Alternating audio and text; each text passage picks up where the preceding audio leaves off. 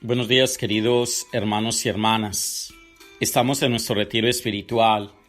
¿Qué quieres que Jesús haga por ti? Y estamos reflexionando ese versículo 46 de nuestro Evangelio de San Marcos en el capítulo 10. Preguntémonos en este día, ¿cuál es la razón para que Jesús haya escogido un grupo tan heterogéneo de discípulos? La respuesta es que Jesús busca congregar a sus discípulos, no por simpatías humanas, sino para formar desde el Evangelio una comunidad de contrastes. Esto implica que es una comunidad que se reúne porque Cristo la llama.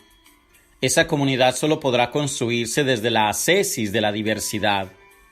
Un amigo se escoge, un hermano se acoge.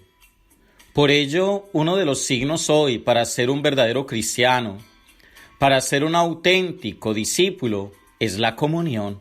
Oigámoslo bien. Un amigo se escoge, un hermano se acoge. Es un verdadero escándalo que como miembros de un equipo no nos acojamos. Pretendamos escoger nuestros compañeros de trabajo y peor aún, que algunos no se hablen o no sean capaces de solucionar sus diferencias. Con razón, el Señor Jesús dijo en alguna ocasión: en esto conocerán todos que son mis discípulos, si os tenéis amor los unos a los otros. El testimonio de la comunión, hermanos, es pues no una opción del cristiano, es un deber y un mandato del Señor a quien seguimos. Bien pronto los padres del desierto se dieron cuenta de que el Evangelio no se puede vivir en plenitud más que juntos. Escribió el grande Basilio: nuestro Creador ha querido que tengamos necesidad unos de otros para que vivamos en unidad unos con otros. De hecho, si vives solo, ¿a quién le puedes lavar los pies? ¿A quién puedes cuidar? ¿Cómo puedes ponerte en el último lugar? La vida comunitaria es pues un estadio en el que nos ejercitamos como atletas, un gimnasio que nos hace progresar, un ejercicio continuo de perfección de los mandamientos de Dios. Nos dice Aparecida: la vocación al discipulado misionero es convocación a la comunión en la iglesia. No hay discípulos sin comunión. Ante la tentación muy presente en la cultura actual de ser cristianos sin iglesia y las nuevas búsquedas espirituales individualistas, afirmamos que la fe en Jesucristo nos llegó a través de la comunidad eclesial y ella nos da una familia, la familia universal de Dios en la Iglesia Católica. La fe nos libera del aislamiento del yo porque nos lleva a la comunión. Hace algunos días, George Weigel, biógrafo de San Juan Pablo II, se refería al 2018 como un año en el que era tremendamente horrible. El contexto es muy conocido porque estaba la renuncia en pleno del episcopado chileno. El cardenal Teodoro,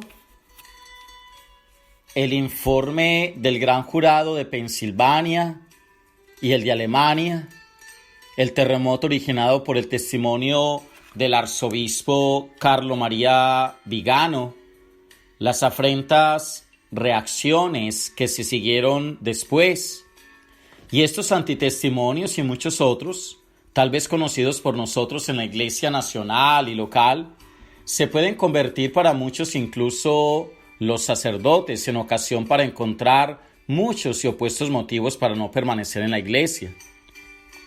La misma desazón que se apodera hoy de numerosos católicos ante el predominio mediático de todo cuanto pueda perjudicar a la iglesia y que en palabras del mismo Papa Francisco son atrocidades cometidas por personas consagradas.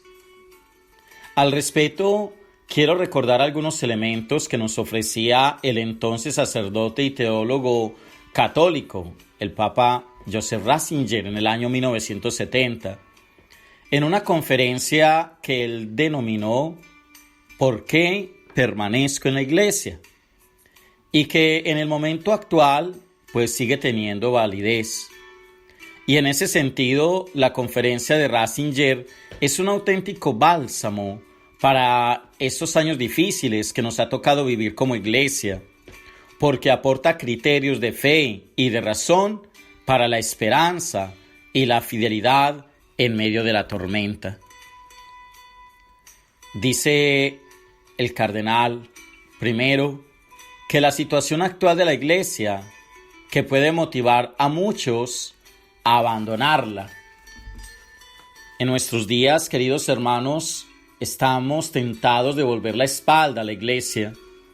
No solo a aquellos a quienes se les ha hecho extraña la fe de esta, a quienes aparece demasiado retrógrada, demasiado hostil al mundo y a la vida, sino también a aquellos que amaron la imagen histórica de la Iglesia, que amaron su liturgia, su independencia de las modas pasajeras, el reflejo de lo eterno visible en su rostro. Y estos tienen la impresión de que la Iglesia está a punto de traicionar su especificidad, de venderse a la moda del tiempo y de este modo perder su alma. De todo esto resulta que muchos se encuentran en una situación de confusionismo, en la que los motivos a favor o en contra no solo se entremezclan de la manera más extraña, sino que parece imposible llegar a un entendimiento. Reina la desconfianza, sobre todo, por el permanecer en la Iglesia, que no tiene ya el carácter claro e inequívoco de antes, y nadie cree en la sinceridad de los demás. Como que muchos no saben a qué bando pertenecer, a los progresistas que quieren cambiarla según sus criterios humanos, o a los conservadores que se creen realmente traicionados. Gracias a Dios, la realidad es distinta. Entre estos dos extremos existe también hoy creyentes silenciosos y casi sin voz, quienes con toda sencillez realizan la verdadera misión de la Iglesia, incluso en este momento de confusión, la adoración y la paciencia de la vida cotidiana, la palabra de Dios. Sin embargo, en la imagen que se tiene de la Iglesia, estos no tienen sitio. Esa verdadera Iglesia no es invisible, pero está profundamente escondida a las maniobras de los hombres. Pero preguntémonos, ¿cómo se ha podido llegar a una tan extraña situación de confusión en el momento en que se espera un nuevo Pentecostés? La perspectiva contemporánea ha determinado nuestra mirada sobre la Iglesia, de tal modo que hoy prácticamente solo vemos la Iglesia desde el punto de vista de la eficacia, preocupados por descubrir qué es lo que podemos hacer con ella. Para muchos quizás, para algunos de nosotros, hoy no es nada más que una organización que se puede transformar, y nuestro gran problema, hermanos, es el de determinar cuáles son los cambios que la harían más eficaz para los objetivos particulares que cada uno se propone.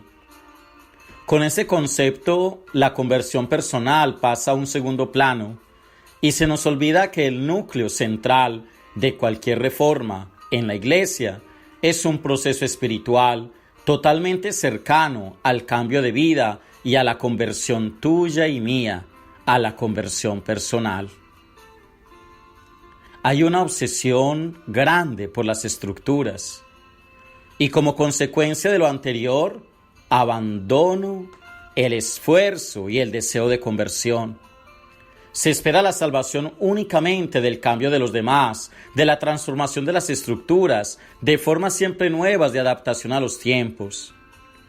Los reformables son entonces solo las realidades secundarias y menos importantes de la Iglesia. No es de extrañar, por tanto, que la misma Iglesia aparezca en definitiva como algo secundario.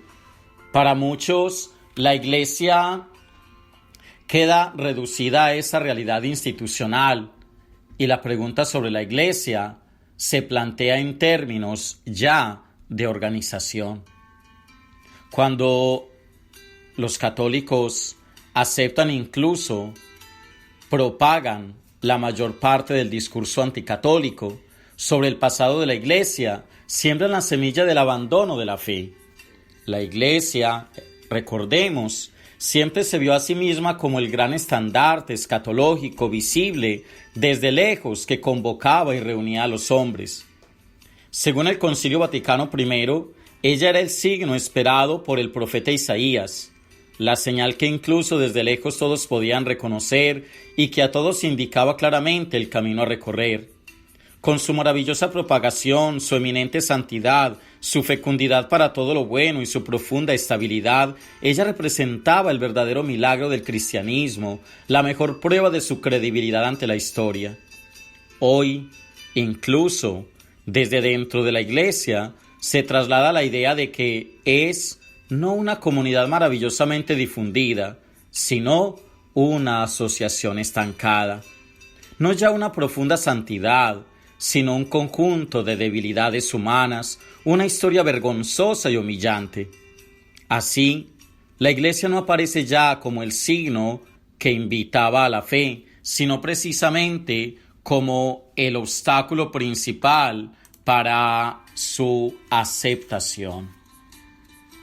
Reflexionemos sobre eso, mis queridos hermanos, y entonces preguntémonos, ¿cómo puedo ayudar yo a esa situación actual de la Iglesia? Bendecido día.